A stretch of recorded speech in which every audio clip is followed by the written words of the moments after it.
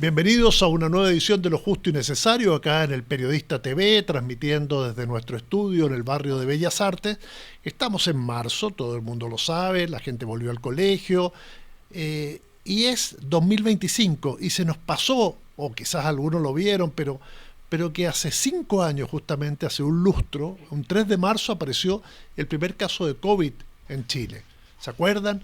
Ustedes estaban todos esperando, se sabía de este virus, se desconocía el origen, no sabíamos los resultados, las consecuencias que iba a traer, y un 3 de marzo por allá en Talca apareció un joven enfermándose con este mal que posteriormente, bueno, dejó un saldo mundial de muertos y tragedia en muchas familias, que económicamente además afectó a todo el planeta y varias otras consecuencias.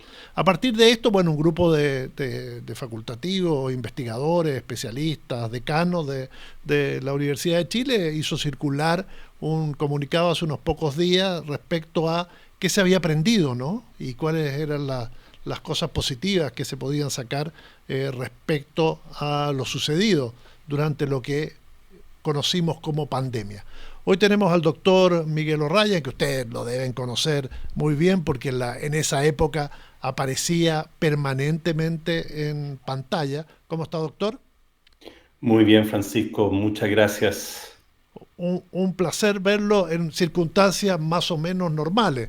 Así es. Usted apareció bastante en esa época, bueno, posteriormente también hablando de este tema, y hoy, a 5 años de prácticamente días después del primer caso del COVID en Chile, ¿cuál es el balance que hacen ustedes de lo que ocurrió, de cómo se enfrentó y un poco las enseñanzas que nos dejó y lo positivo de aquel momento? Si es que lo puede haber, digamos. Sí, bueno, es una pregunta muy amplia. Voy a tratar de quizás apuntar a lo que pienso puede ser más relevante y mayor interés. Es interesante, estoy aquí en la misma sala donde estuve días y días y días hablando con nuestra gente, tratando de informar, tratando yo de informarme lo que estaba ocurriendo para informar mejor. Eh, y es un déjà vu que no deja de ser emocionante. Obviamente, como usted bien lo dijo, la pandemia fue una situación tan inédita, tan no vivida en la magnitud, eh, que yo no diría que nos pilló de sorpresa, pero obviamente nos impactó a todos, cual más, cual menos. Recuerdo ese febrero del 2020, cuando estábamos escuchando los casos que estaban ocurriendo en Italia, ¿no? De hogares de adultos mayores donde aparecían personas, muchas fallecidas, y donde uno visualizaba que se venía algo grave y muy grande, y que había que tomar medidas. Y yo creo que si uno mira para atrás, entre todo lo que ocurrió, con toda la tragedia, obviamente, y todo el sufrimiento, y muchas personas en nuestro país que perdieron seres queridos, eh, entonces uno tiene que obviamente referirse, si bien han pasado 5 años, con mucha sensibilidad al respecto. Eh, Uno puede decir que en general, en nuestro país, en nuestra realidad, objetivamente hubo un abordaje serio, eh, organizado, bien dirigido en general, eh, y en donde se logró la comunión o atraer a la comunidad ante tanta incertidumbre para intentar de alguna manera ir disminuyendo el factor de incertidumbre, ir aprendiendo en el día a día para ir, por un lado, pensando en cuáles podían ser las estrategias para contener la diseminación de este virus con el mínimo efecto posible, y pensar cómo íbamos a abordar el tema ya en el mediano plazo pensando en vacunas.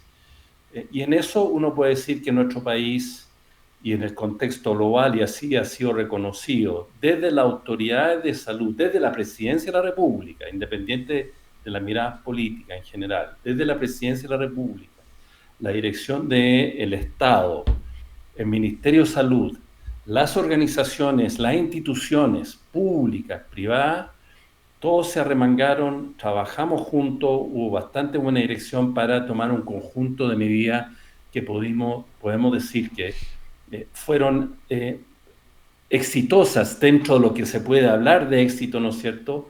Para, uno, lograr el máximo de contención posible del ingreso del virus a nuestro país, la diseminación lo más controlada posible, ¿no es cierto? Las famosas cuarentenas, que tanto efecto tuvieron negativo, pero también tremendamente positivo, y de alguna manera ir retardando la diseminación, evitando los casos graves, evitando el colapso de nuestras unidades de cuidado intensivo, también con mucha gente trabajando ahí, pero tremendamente, tanto en el cuidado de nuestros pacientes como en tener las camas necesarias, hasta lograr la producción de vacunas que iba a ser finalmente la estrategia global que iba a poder lograr contener esta infección. Y yo debo admitir ahí que para mí fue una gratísima sorpresa que el mundo lograra desarrollar vacunas contra esta infección en menos de un año, cuando lo tradicional e histórico para tener una nueva vacuna eran 10 años. Y ahí se logró, mediante mucha estrategia que se conversaron en su momento, y Chile además, mediante una estrategia país muy bien dirigida, con mucho aporte de grupos asesores, con mucha apertura, logró acceder a las vacunas prontamente, comparado con la mayoría de los países del mundo y especialmente la región, que logró disminuir muchos fallecimientos por el virus. Doctor, doctor, de todo lo que vivimos en esos años, de las cosas como usted dice que había que ir aprendiendo en el día a día, ¿qué fue lo que más o lo que perdura, digamos, como una enseñanza a futuro? ¿Qué es lo que a su juicio es lo mejor de lo que pasó y que nos permite enfrentar en el futuro otras pandemias o eventos similares? Yo diría que los mensajes clave es dirección clara, colaboración entre todos, porque aquí todos jugamos un rol, unos más conocedores del virus, otros más conocedores de la enfermedad, otros más conocedores de la realidad social, lo que estaban viviendo nuestras poblaciones, juntar a las personas que están conociendo lo que está ocurriendo para que juntos desarrollemos una estrategia común. Colaboración país, para mí, creo que fue fundamental, con una conducción importante, la conducción que realizó el Ministerio de Ciencia y Tecnología para unar investigadores para hacer diagnóstico a lo largo de todo el país, para tener una clara noción de lo que estaba ocurriendo y no estar a ciegas. Dirección clara, colaboración y coordinación y apertura con generosidad a los datos. El trabajo de lo que se llama la transdisciplina, juntar médicos con ingenieros, con sociólogos y otros especialistas para abordar los problemas con los talentos que tenemos en nuestro país de manera conjunta, para abordar cuarentenas más inteligentes, para abordar programas de vacunación más robustos.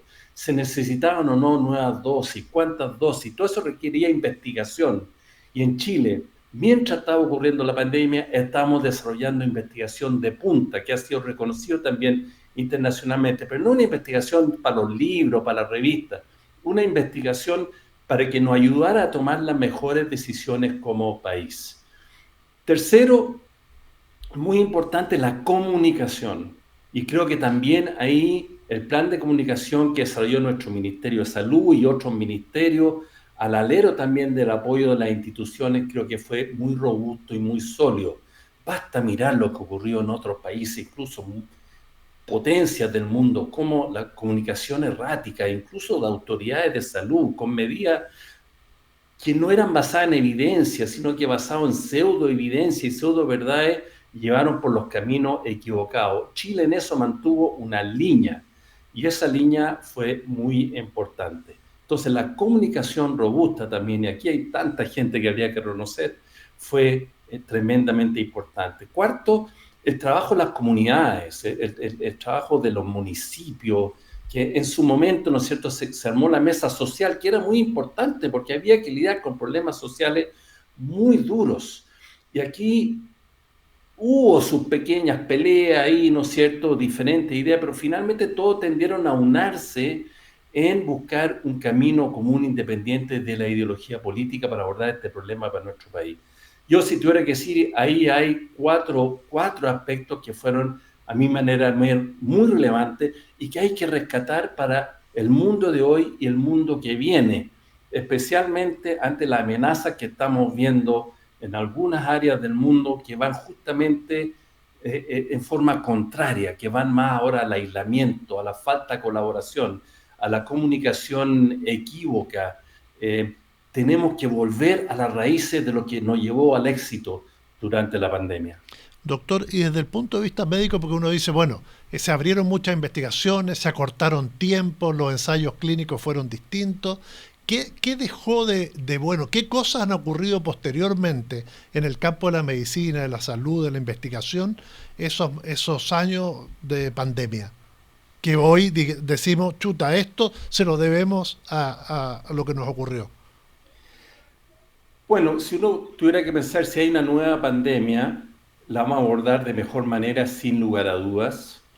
Vamos a seguir teniendo, obviamente, insuficiencia propio de cómo somos los seres humanos y las competencias, pero ya sabemos que podemos desarrollar una vacuna usando tecnología moderna en un periodo menor de un año. Entonces, si llega a surgir un nuevo virus, generalmente una nueva pandemia va a ser probablemente también un virus y de transmisión respiratoria, por muchas razones, que es lo que tienden a transmitirse más fácil, más rápido y producir mayor compromiso global.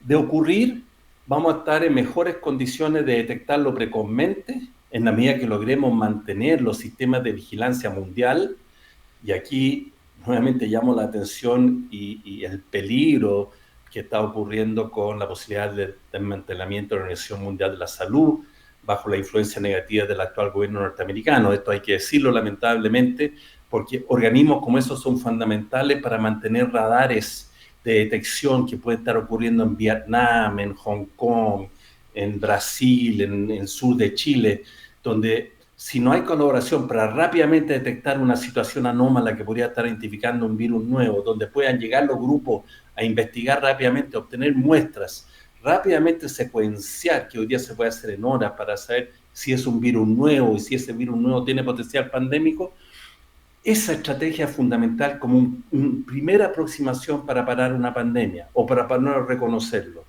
Segundo, hemos aprendido que podemos producir vacunas rápidas en menor de un año, especialmente con la nueva tecnología, la tecnología que se llama del RNA, de tal manera que eso es posible. Va a ser muy importante lograr mayor colaboración a nivel mundial para que se pueda producir más vacunas más rápidas y una distribución más equitativa. Ese es un aprendizaje importante y muy directo. Y tercero, yo diría que un aprendizaje muy importante en investigación y que nosotros estamos de alguna manera avanzando, nosotros y otros grupos en nuestro país, es lo que se llama la investigación transdisciplinar. Nosotros ganamos mucho trabajando los investigadores médicos, bioquímicos, biólogos con los ingenieros, por ejemplo, para abordar sistemas de modelamiento que pudiera predecir mejor cómo nos podía ir con las cuarentenas, predecir mejor las camas de unidad de cuidado intensivo que iban a ser necesarios en 1 o 2 semanas en tal lugar o tal otro del país. Aquí el Instituto de Sistemas Complejos de Ingeniería, que tiene ingenieros, médicos y otros, jugó un rol tremendamente relevante.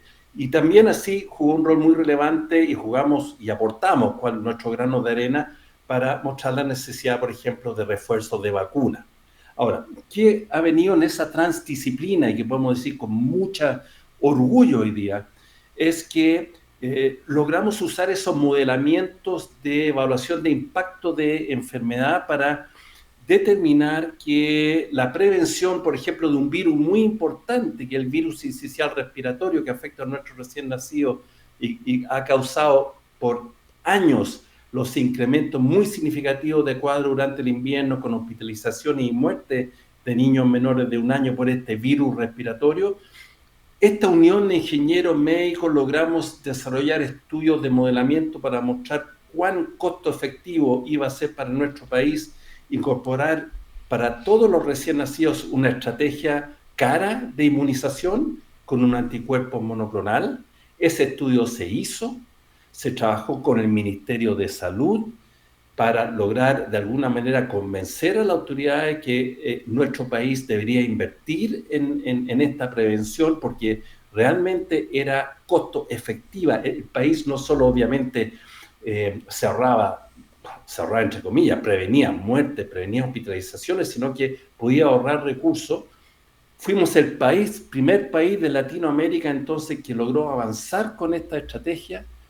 Y hoy ya vamos en el segundo año, todos nuestros recién nacidos reciben el anticuerpo monoclonal y estamos hoy día mostrando al mundo, ya hemos presentado en muchos congresos internacionales, estamos enviando a publicar en una revista muy importante los resultados de la estrategia chilena, que muestra que efectivamente, gracias a la implementación de este anticuerpo monoclonal, logramos disminuir las hospitalizaciones por este microorganismo en más de un 80, o cerca de un 80%. Hoy día, gracias a este trabajo conjunto, ingeniero, médico, Ministerio de Salud, toma de decisiones basadas en evidencia, durante los inviernos el virus sincicial respiratorio está dejando de tener las consecuencias trágicas que ha tenido en forma año a año. De tal manera que y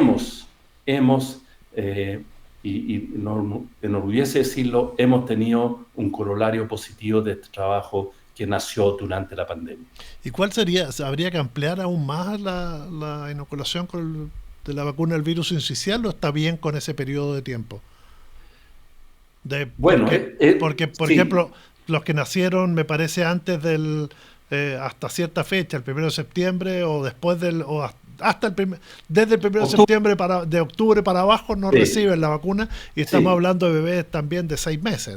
Exacto, un poquito mayores. Sí. Y efectivamente lo que permiten hacer los estudios es ir haciendo los análisis de qué pasa si incluimos 1 mes más o 2 meses más en cuanto a cuántos casos severos se puede prevenir de niños más grandecitos que adquieren el virus.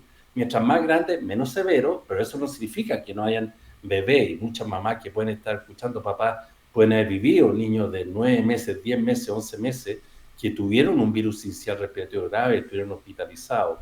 Pero obviamente la incorporación de nuevas dosis de un medicamento que vale cerca de 150,000 pesos, que es tipo vacuna, porque es lo que se llama un anticuerpo monoclonal, son los estudios que permiten ir diciendo, mire, como país lo hemos hecho bien hasta ahora, invertimos hartos recursos, hemos disminuido la gran mayoría de los casos, pero todavía van quedando algunos casos en la cola que a lo mejor podríamos prevenir si invirtiéramos 200, 300, 400, 500 millones de dólares, perdón, 500 millones de pesos más.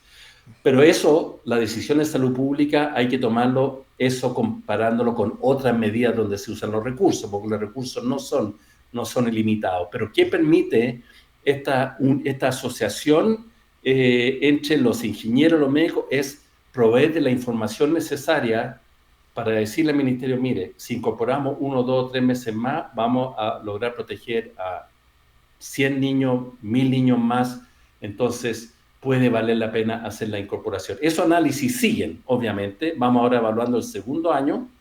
Chile vuelve este año y el mensaje a todas las mamás y papás es que ya estén inmunizando a sus recién nacidos y es posible que aquí al próximo año o se pueda incrementar o van a venir nuevas estrategias, nuevos anticuerpos monoclonales, algunos de menor costo.